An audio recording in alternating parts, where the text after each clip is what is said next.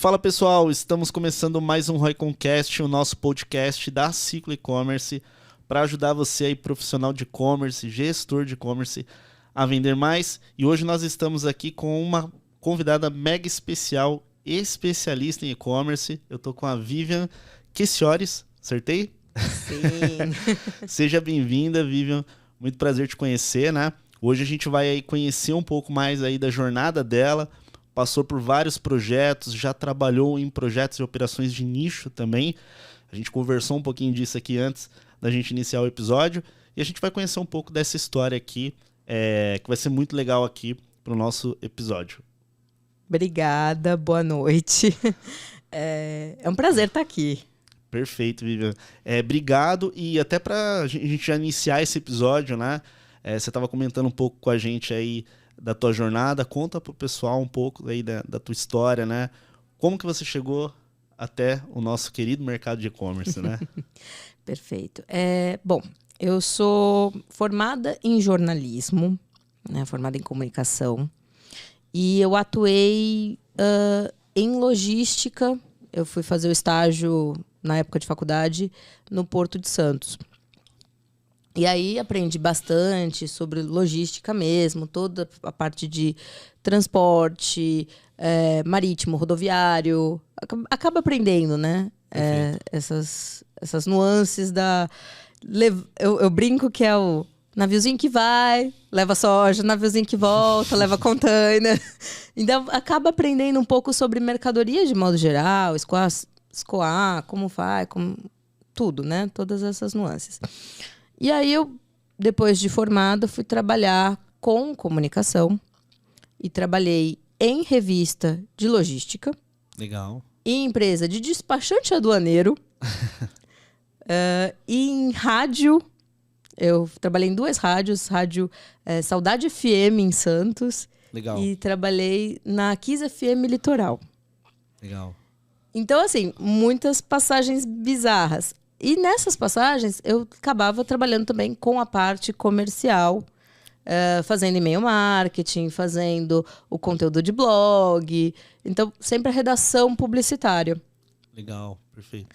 E aí, quando eu vim para São Paulo, né, em 2011, eu fiquei um tempo ainda na área de logística, mas depois fiquei um tempo também parada e tal. Me chamaram para escrever textos para um site de vinho. Essa eu não contei para você. Não, essa aí você não contou. Você falou da música, que daqui a pouco você vai contar, sim, né? E da logística. Da logística. Aí entrou agora no mercado de vinhos. No vinho. Né? A minha primeira experiência com e-commerce foi para escrever os textos publicitários, os textos sobre divulgação, os textos descritivos, carta de harmonização de um site de vinhos, que vendia vinho online. Olha que legal.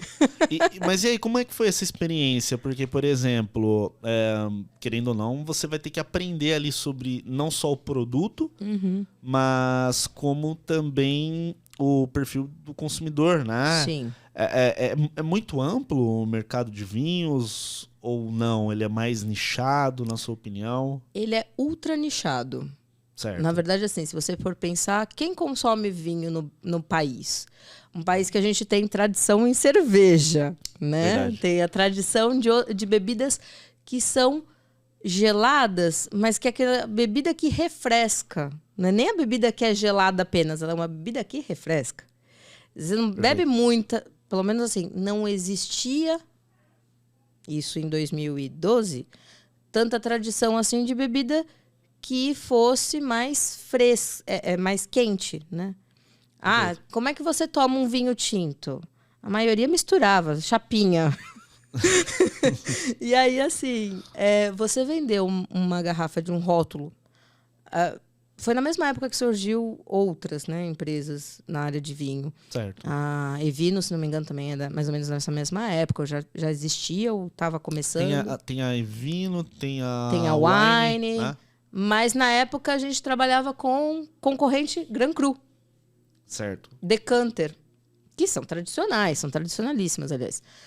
E aí como vender para esse pessoal. Você está vendendo para um público AB, que consome vinho, que compra vinho para tomar num jantar especial, ou tem a tradição de beber um vinho toda sexta-feira, tem os seus rituais. Então, você tinha que aprender os rituais de consumo daqueles clientes. Perfeito. Eu adorava estudar esse ritual de consumo. E aí eu falei assim, não, vamos estudar isso. Vamos nos aprofundar em ritual de consumo. O que essa pessoa gosta de beber?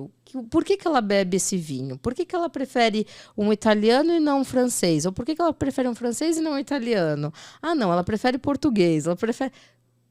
O que leva às preferências? E aí você entra num mundo que, sinceramente, eu falei assim...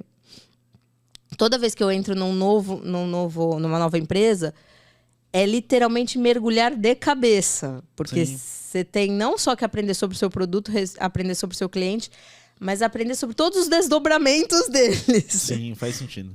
E assim, vinho foi uma coisa que foi uma aula. O meu chefe, ele é, na verdade, especialista em vinho. Legal. E ele era o gerente de marketing. Eu falei, gente, não, eu preciso aprender tudo desse homem. Senta do meu lado e me ensina. Então, até hoje, eu tenho uma ótima relação com os meus ex-chefes, inclusive com ele. E aí, assim, realmente aprender todas as nuances, todos os detalhes, como oferecer.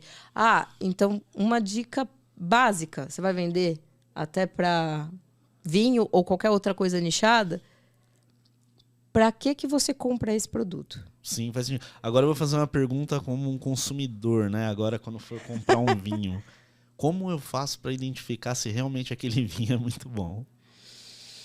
Tem os vinhos premiados, né? Saber se ele é premiado já é, assim... Primeiro ponto. Ponto de partida. Mas,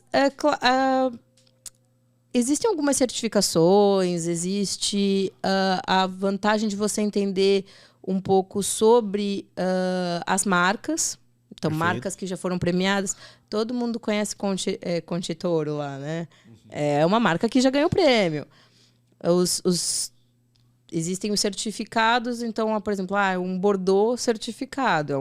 É um francês legítimo, com pedigree. Ele não vai ser barato também.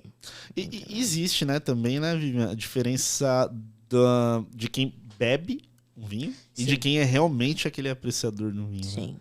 Realmente pega, né? Eu vejo isso. Eu, por exemplo, só bebo. Simplesmente. Não entendo profundamente, né? Sendo bom. Eu saí da experiência de vinho com uma verdade, não vou dizer absoluta, mas uma verdade que eu carrego pra mim. Bebida boa é aquela que você gosta. Faz todo sentido, né? Não adianta nada você falar assim, mas esse vinho, não sei o quê... Dá uma baita dor de cabeça. Não é tão boa assim, né? A consequência dela não é tão legal. Poxa, que legal. E aí, como que foi, então? Beleza, a gente tá falando aqui no mercado de vinho. Aí você comentou comigo agora há pouco, antes do episódio, sobre o mercado ultra nichado de... Qual que era o produto de instrumentos musicais? Instrumentos musicais. De sopro? Instrumentos musicais de sopro. Trabalhei numa loja... No nicho de instrumentos musicais de sopro da família das madeiras. Legal. Do tipo... A gente fala assim, do tipo orquestral. Na verdade, não é que não existe o tipo orquestral. Vai até a família das madeiras.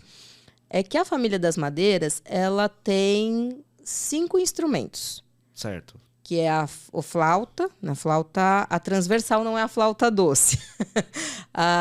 O clarinete...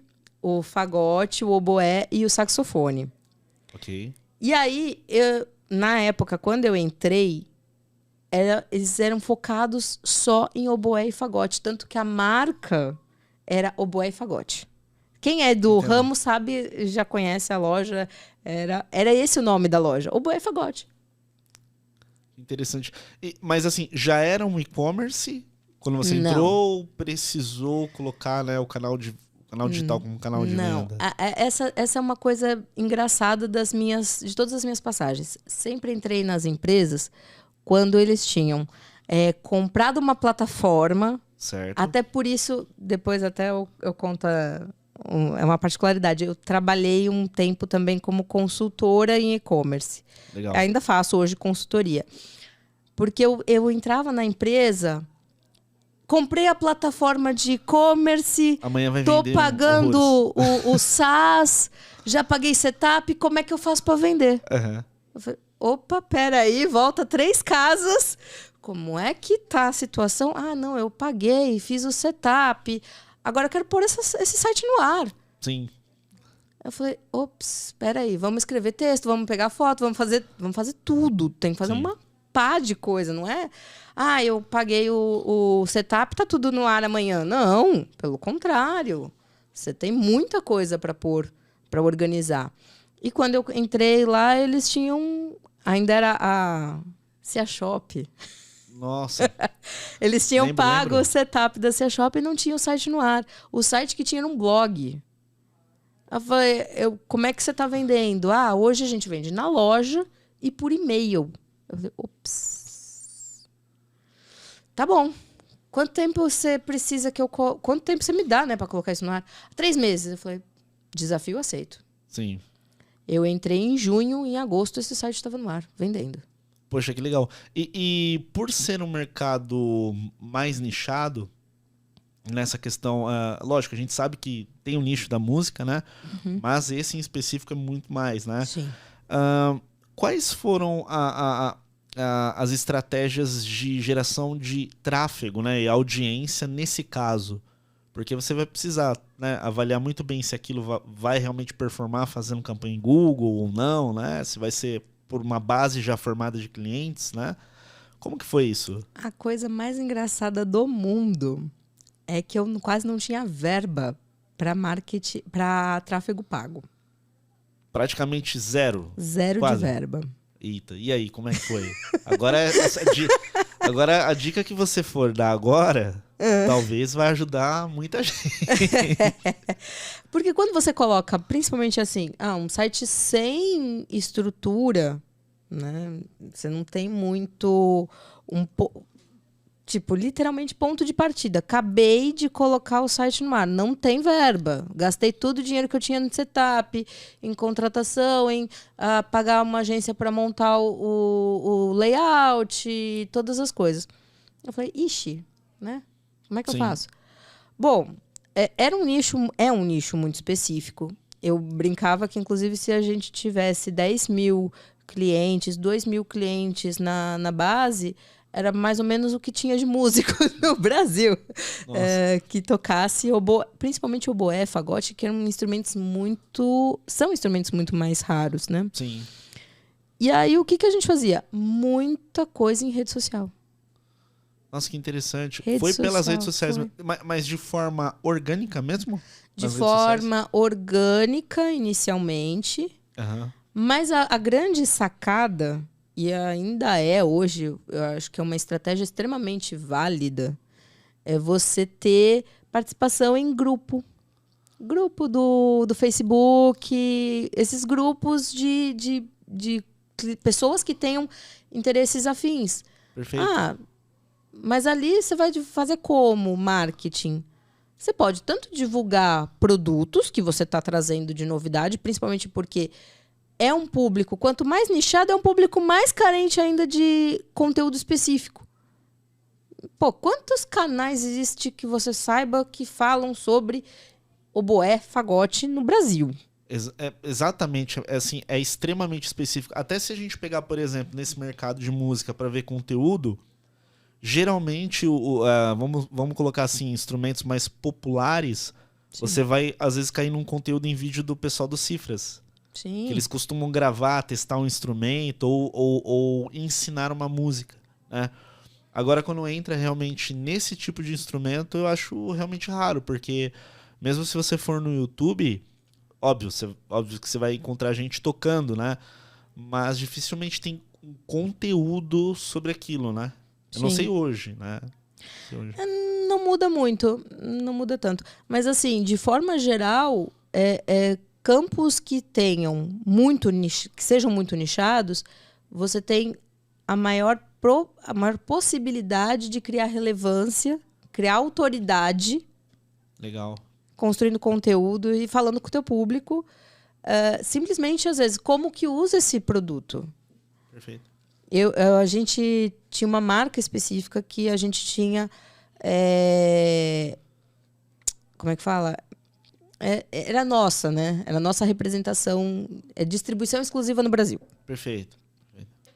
Como eu tinha isso como uma coisa, um argumento meu de venda, por outro lado, eu tinha na figura do proprietário, né? A pessoa que mais conhecia sobre a marca, que podia falar, que podia instruir, que podia... preciso consertar. Como conserta? Então, olha, que a pessoa sabe de tudo. Legal. Então, era a referência, né? É a referência do mercado. Legal. E é interessante para vários nichos de mercado como que é importante o conteúdo somado, né? Sim. Até para concluir esse universo mais da música, como eu também gosto muito, geralmente quando eu vou buscar um produto, eu também tento, se eu tiver no digital, né, eu tento ver alguém usando. Sim. Né? Então eu vejo às vezes vários e-commerces que eu acho que perdem um pouco de oportunidade de não gravar um material utilizando aquele instrumento, aquele produto. Né? Às vezes por achar que tem muita gente que já gravou isso, né? Já deve ter no YouTube, mas e o seu usando aquilo, vinculando sua marca? E valida muito, porque muitas das vezes o processo de compra ele só não é concluído. Na verdade, isso é na maioria das vezes, né? O processo de compra ele não é concluído devido a dúvidas. Sim. Às vezes você gostou, se identificou, mas, né, putz, será que isso aqui vai ser bom, vai me atender, né? E eu acho interessante essa questão do conteúdo pro mercado, assim, musical. Eu, pelo menos, gosto de ver os vídeos, pessoas testando. Eu acho bem legal. A gente fala muito no e-commerce, de modo geral, que é uma venda que ela acontece sozinha. Né?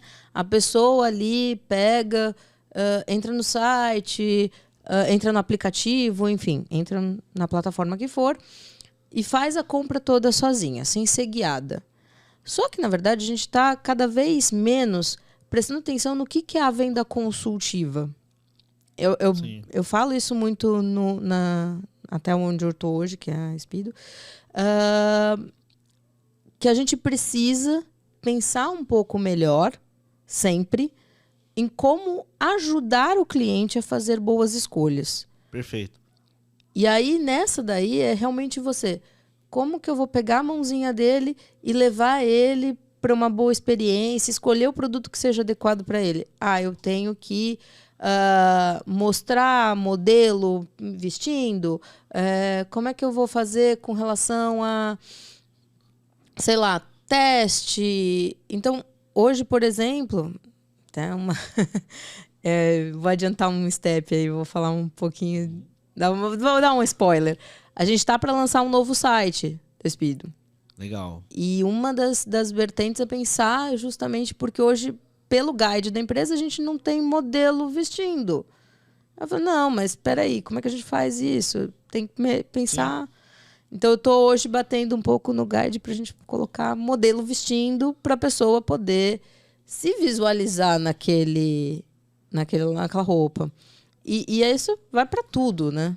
Não, isso é importante. Você comentou sobre a questão da venda consultiva. Ela é muito comum no B2B, né? Sim. Assim, principalmente quando você comercializa consultorias, produtos complexos com ticket médio alto, a cultura da venda já é consultiva para conseguir fazer uma venda não só boa em relação ao fechamento, mas para um bom cliente, né? Mover essa cultura para um modelo mais B2C, que geralmente o pessoal está mais pensando na transação, né? O produto está exposto, para que eu vou desenvolver conteúdo, né? Meio que é como se fosse obrigação do consumidor já saber para que serve, né? E eu vejo que, como não existe um vendedor ali para fazer o processo no e-commerce, aquela página, aquele ambiente, ele precisa ser, de certa forma, consultivo, né? Ele precisa guiar através do exemplo. Acho que legal o exemplo que você deu de aplicar o produto, né? Então, quando você pega ali um modelo usando, você está aplicando. Então, a pessoa se visualiza naquilo, né? Testar o produto num vídeo, né? Fazer uma descrição não só técnica, mas uma descrição, né, um pouco de aplicação e como isso funciona. Eu enxergo que isso melhora muito o desempenho de uma operação. E eu vejo, né, no nosso dia a dia, quando a gente vai conhecendo as empresas, que tem muita empresa que peca nisso. Sim. Né? E aí o problema é sempre na campanha. Né? Então, assim, a conversão não tá legal, mas é a campanha, não é o conteúdo. Na verdade, acaba faltando uma visão global de como você está querendo vender seu produto. Sim.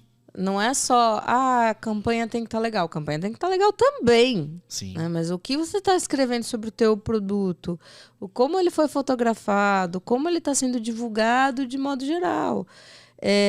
Tratar bem o produto, porque senão vai ter, assim, possibilidades dele falhar.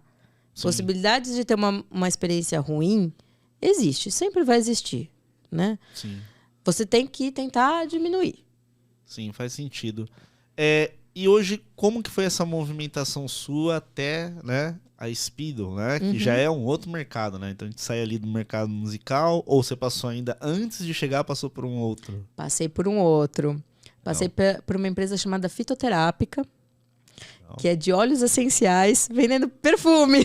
Nossa, a Vivian, ela literalmente passou por operações totalmente diferentes. Completamente diferentes. Fala, o que você já vendeu na internet? Eu vendi pouco de tudo. Eu vendi vinho, depois eu vendi tecido para ginástica, que eu não falei, eu fiz uma parte de uma operação B2B, vendendo legal. Tecido. Saí da empresa de tecido, fui para a loja de instrumentos musicais.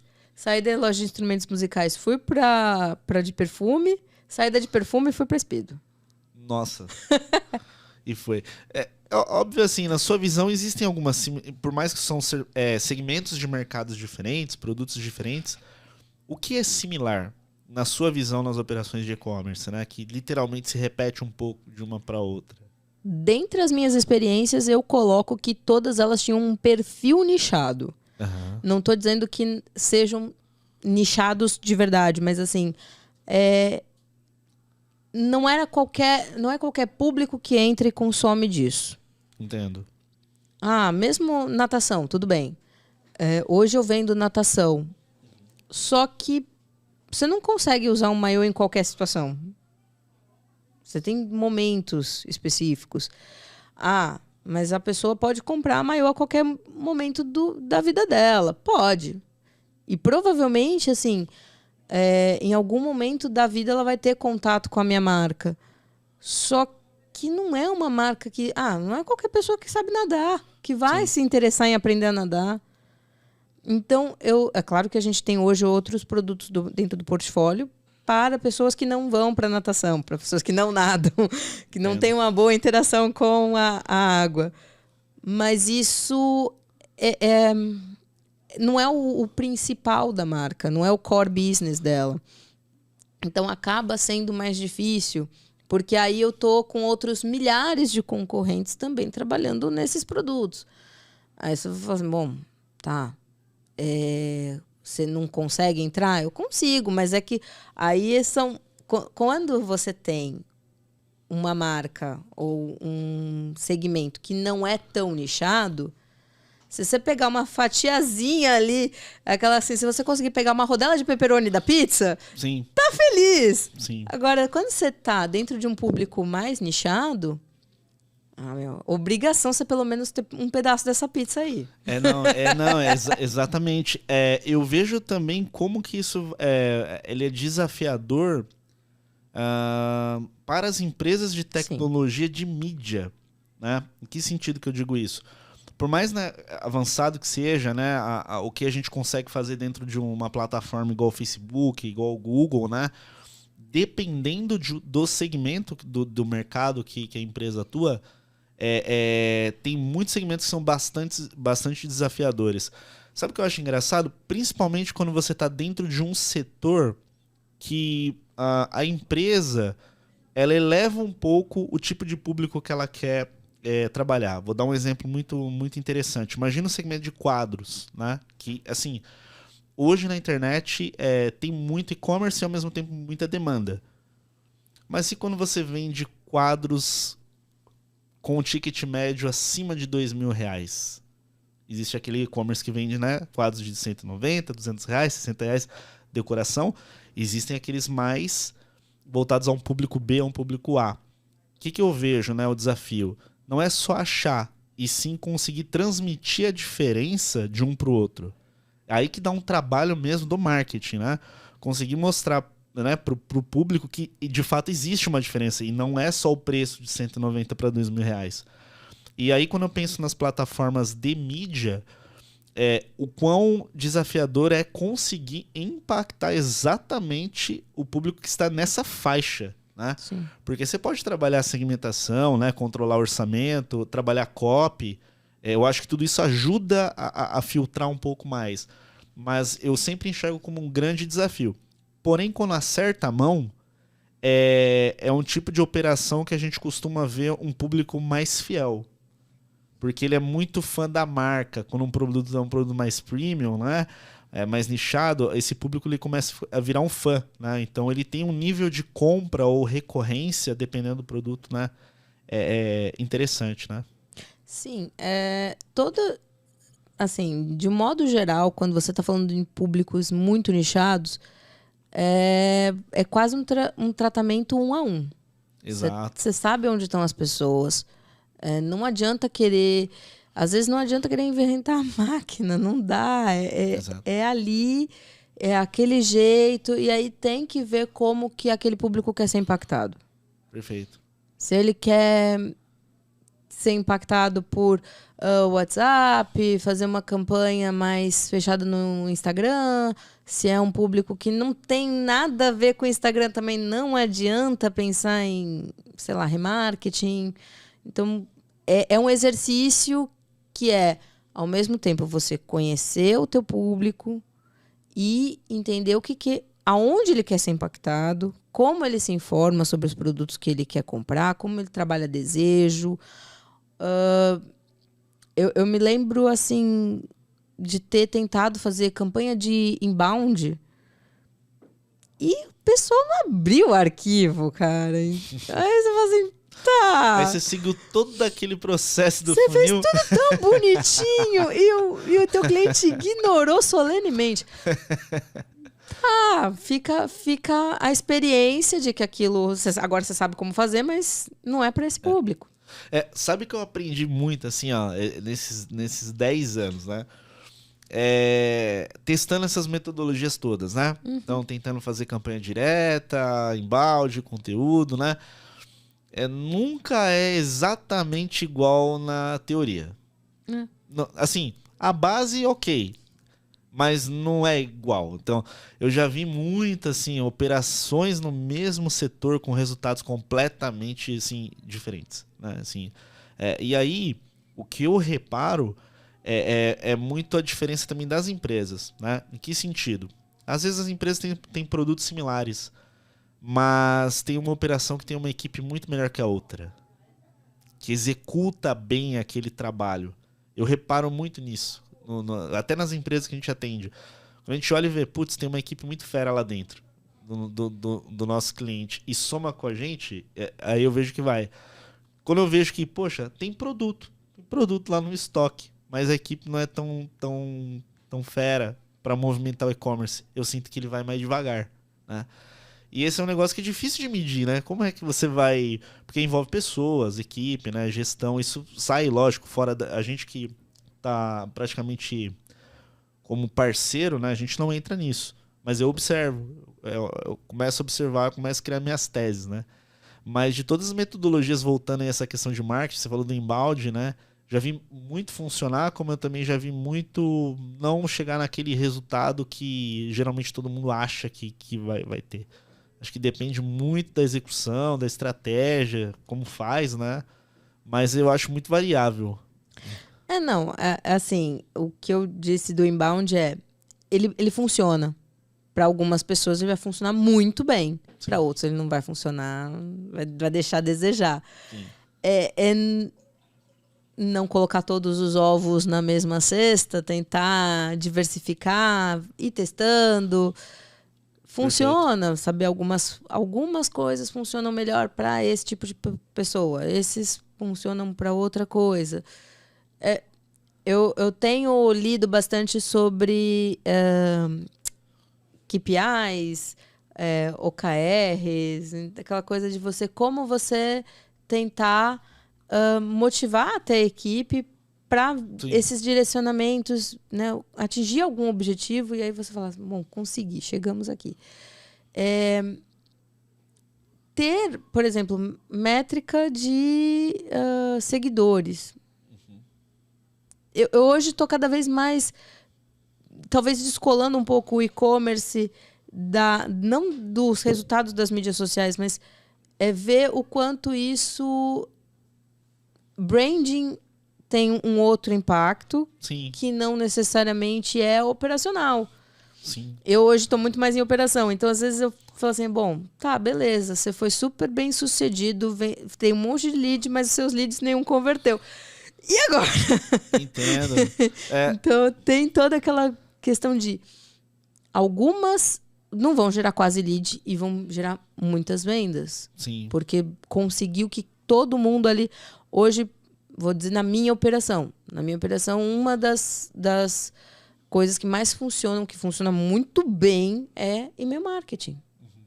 E-mail marketing, para mim, arrasa. É algo que performa bem, trabalhar a base, no caso. Performa maravilhosamente bem. É porque, só uma curiosidade, né? É um público também nichado, na sua visão? Sim. É que a Speedo hoje é a marca de natação, líder no segmento de natação. Perfeito. Qual é o grande diferencial dela? Você pensar em moda, aí dentro de moda fitness, e dentro de moda fitness, a parte de natação. Entendo. Então, quando você entra bem no público de natação, e a gente ainda trabalha com uma divisão interna de nadadores amadores, aquele nadador de final de semana, aquela pessoa que vai para academia, aquela pessoa que está aprendendo a nadar.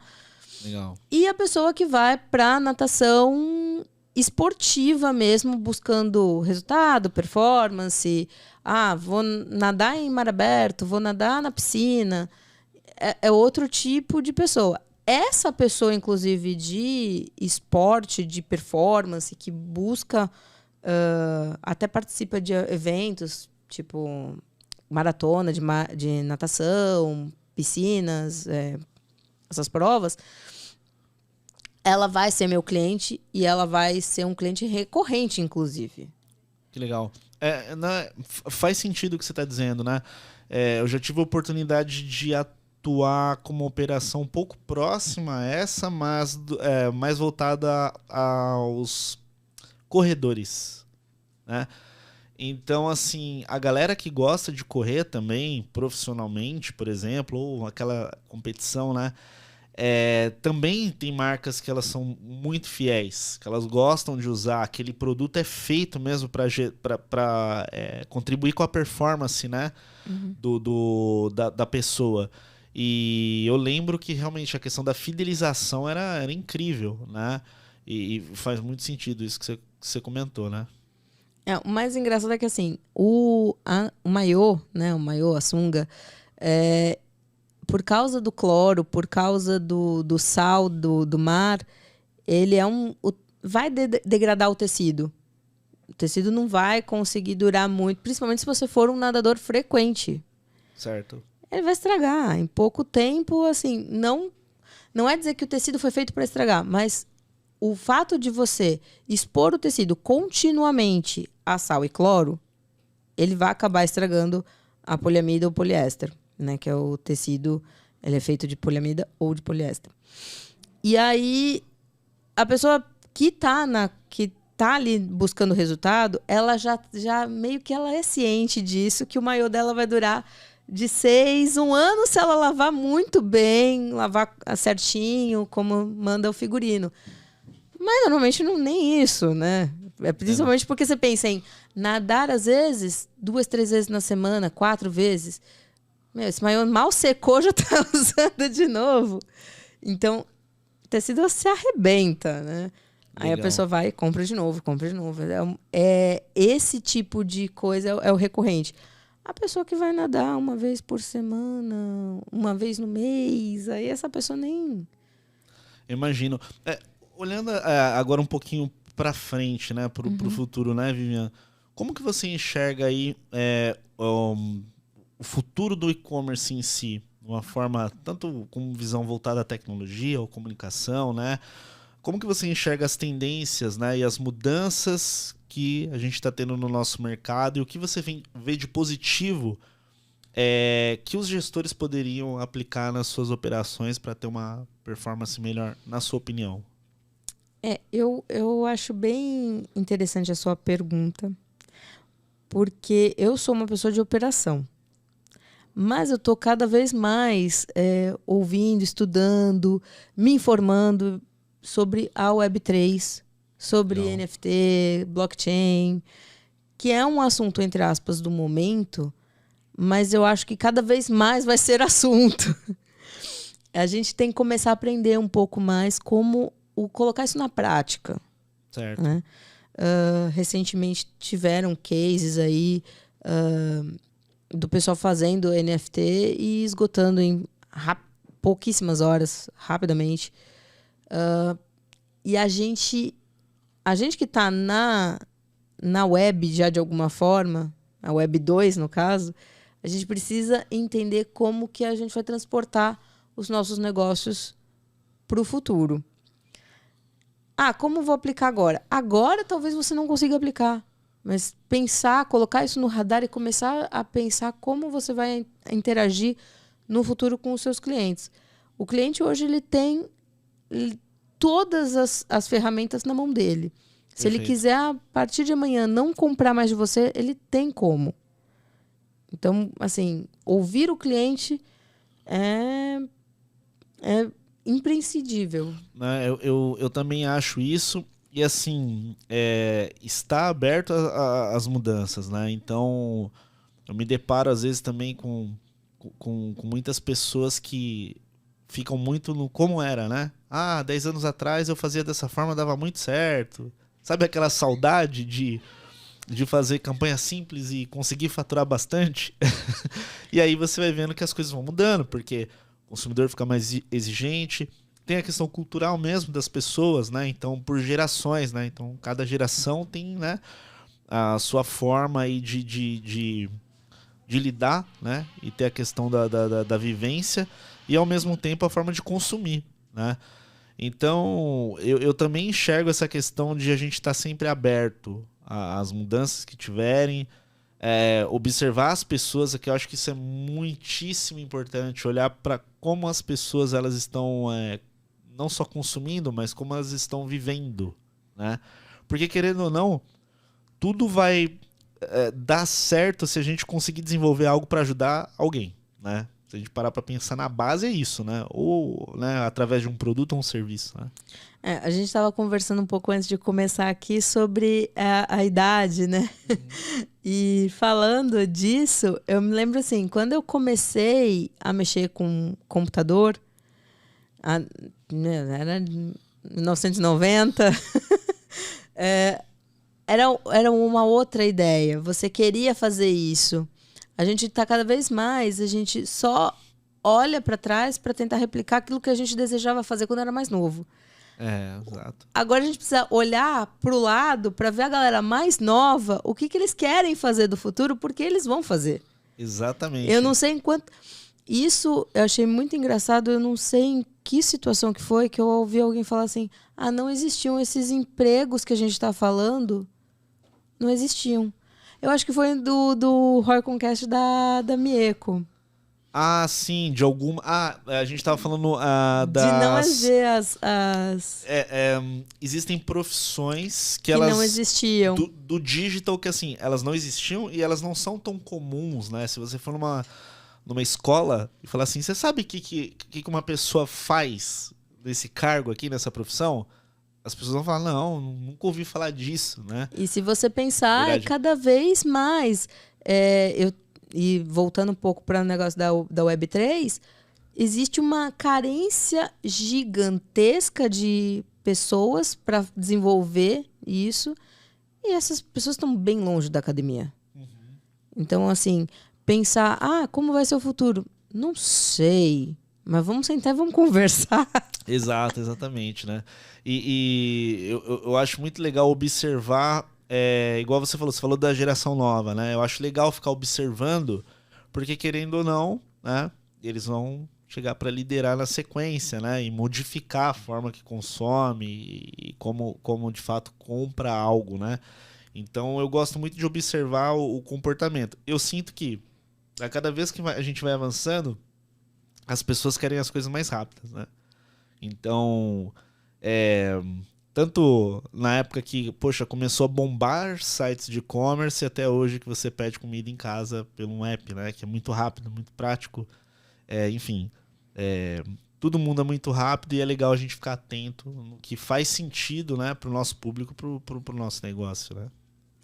Hoje o cliente ele não permite mais atraso, né?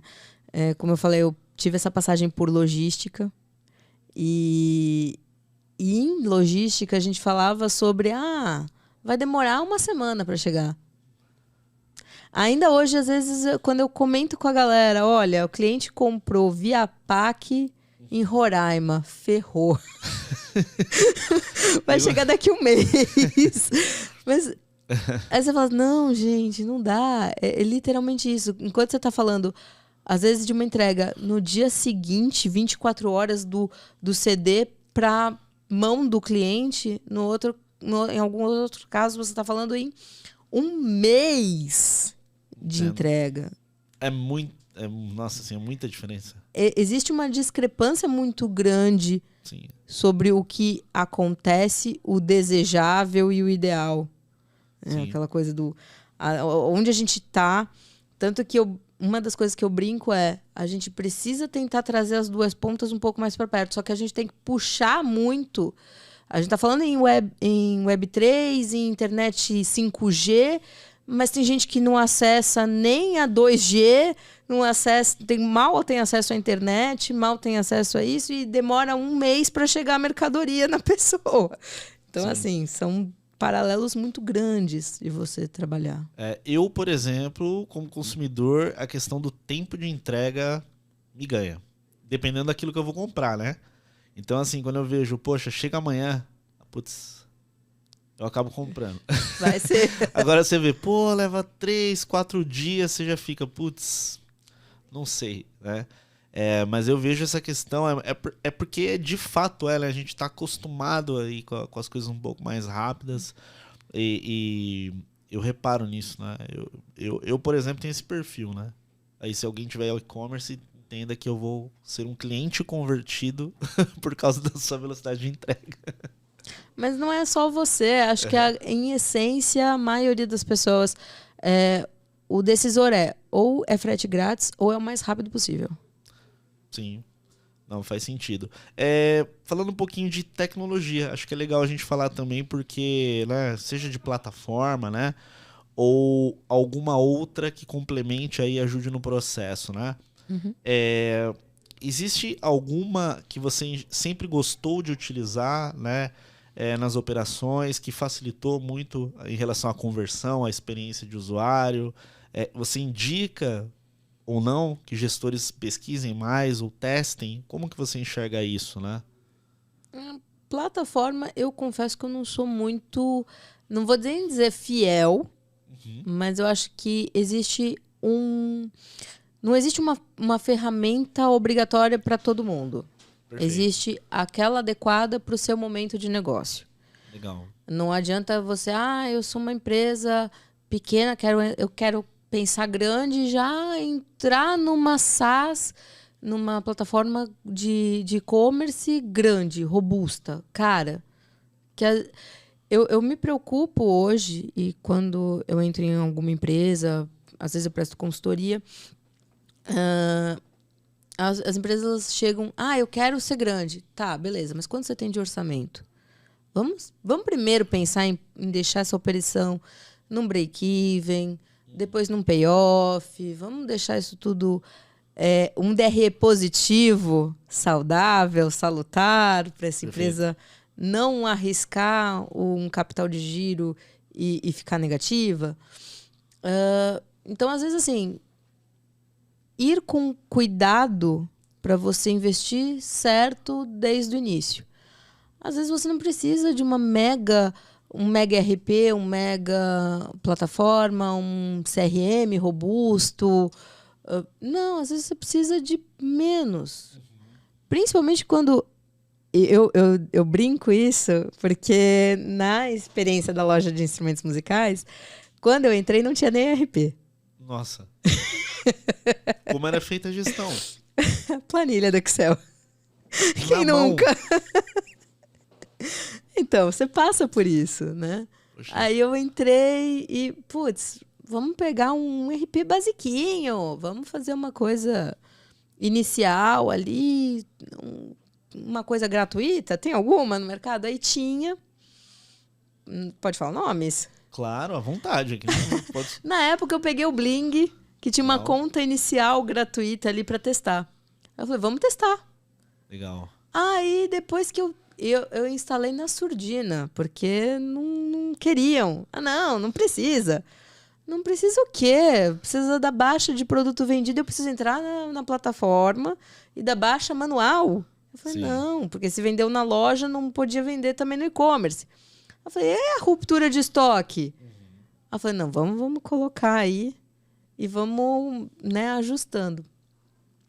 Foi uma entrada, assim, sorrateira, para poder começar a organizar a casa, não ter ruptura de estoque e poder faturar direito. Legal, mas é impressionante, hein? Mas assim, teve um lado bom que você comentou da planilha, que é o seguinte, era o que tinha e você fez. Era o que tinha. Então, eu acho que esse que é um ponto legal também da gente destacar, né? Às vezes tem gente que trava, né? Se eu não tiver, igual você falou, se eu não tiver a melhor ferramenta, não vai funcionar. Não. Às vezes, uma ferramenta simples você consegue fazer, e é óbvio, né? Igual aconteceu contigo, né? Foi evoluindo, né? Trouxe uma tecnologia para dentro da operação para tornar o processo melhor, né? Saudosismo eu só acho que é válido em um momento. Quando você olha para trás e vê, eu saí de lá e já cheguei aqui. Nossa, olha quanto eu já passei. É o único momento que vale a pena ser um pouco saudoso. Falar, nossa, foi legal aquela fase, mas já estamos em outra, né? Vamos para frente que se anda. Muito bom, Vivian. Estamos chegando no finalzinho, né, do nosso episódio aqui. Eu queria te agradecer novamente pela tua participação. Foi incrível conhecer aí a tua história e também aprender um pouco de cada nicho que você comentou. Eu acho que esse episódio ele pode ficar destacado por isso, nichos de mercado. Foi bem legal. E como sempre a gente pede para, né, você compartilhar os seus contatos aqui com a gente, né, com o pessoal que estiver assistindo. Como que o pessoal pode se conectar com você aí? O meu principal canal de contato é o LinkedIn. Então lá eu tô como Vivian Queciores. Só tem eu, entre aspas, tem 2 perfis meu, porque uma vez quiseram roubar meu perfil. Mas tem, os 2 perfis são meus, só que é o Vivian Queciores que tá lá com a Speedo, mais recente. O outro, eu ainda visito de vez em quando para puxar o pessoal que tá entrando lá, mas não tá desativado. Legal. Então, pessoal que estiver assistindo, se conectem com a Vivian, siga, converse com ela, né? Puxa assunto, né? Mas assim, agradeço novamente, tá, Vivian? Foi incrível, é sempre bom. E esse projeto que a gente tem, né, o Reconcast, é para isso, pra gente trazer a galera que tá no mercado mesmo e compartilhar a vivência, que eu acho que é isso que gera muito valor para quem estiver ali, seja empreendendo ou seja construindo uma carreira dentro de uma marca, de uma operação, né? E se você gostou desse conteúdo, né, não esquece de deixar o seu like, deixa um comentário também e compartilha esse conteúdo aí com quem vocês acreditam que ele possa ajudar. Pessoal, eu desejo muito sucesso para vocês, um grande abraço e boas vendas.